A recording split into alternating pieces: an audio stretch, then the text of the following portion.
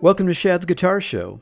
Whether it's the gear or the players who made the gear famous, join me each episode as we discuss all things guitar. Well, hey there and welcome into another mini episode of Shad's Guitar Show. And today I wanted to talk about the term Dreadnought, which obviously refers to acoustic guitars. I think most of us know that.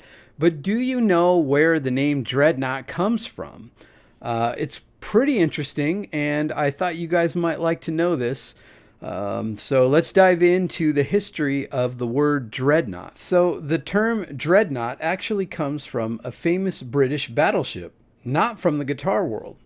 In 1906, the British Royal Navy launched the HMS Dreadnought. Its name meant fear nothing, and the ship was revolutionary.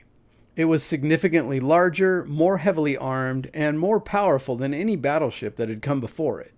In fact, it was so influential that all subsequent battleships of its type became known as dreadnoughts. So in the late 1920s, C.F. Martin and Company was asked by the Oliver Ditson Company to design a larger acoustic guitar with more volume.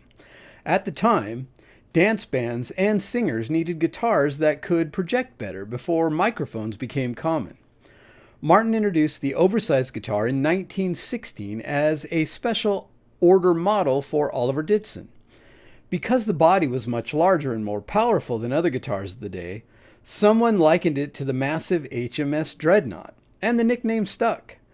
When Martin began selling the design under its own name in 1931, the models became known as the D1 and later the D18 and D28, which the D, of course, standing for Dreadnought.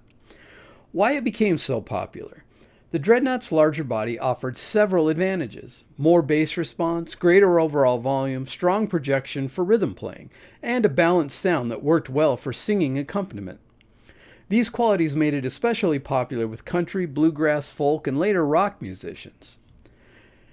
Interestingly, the first Ditson dreadnoughts didn't look exactly like modern dreadnoughts. They featured a 12-fret neck joining the body, a slotted headstock, and somewhat different body shape.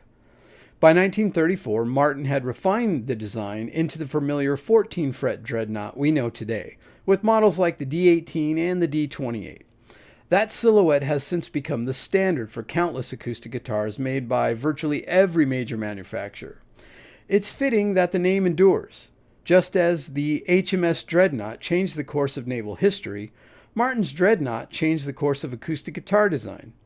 Today, when most people picture a steel string acoustic guitar, they're usually imagining a dreadnought. If you enjoyed this look at the origin of the Dreadnought acoustic guitar, please make sure and share it with a guitar playing friend. And also, wherever you're listening right now, leave me a 5-star review. When you're on YouTube, make sure to subscribe to Shad's Guitar Show there and follow me on Instagram. And never forget, the best guitar player is the one having the most fun.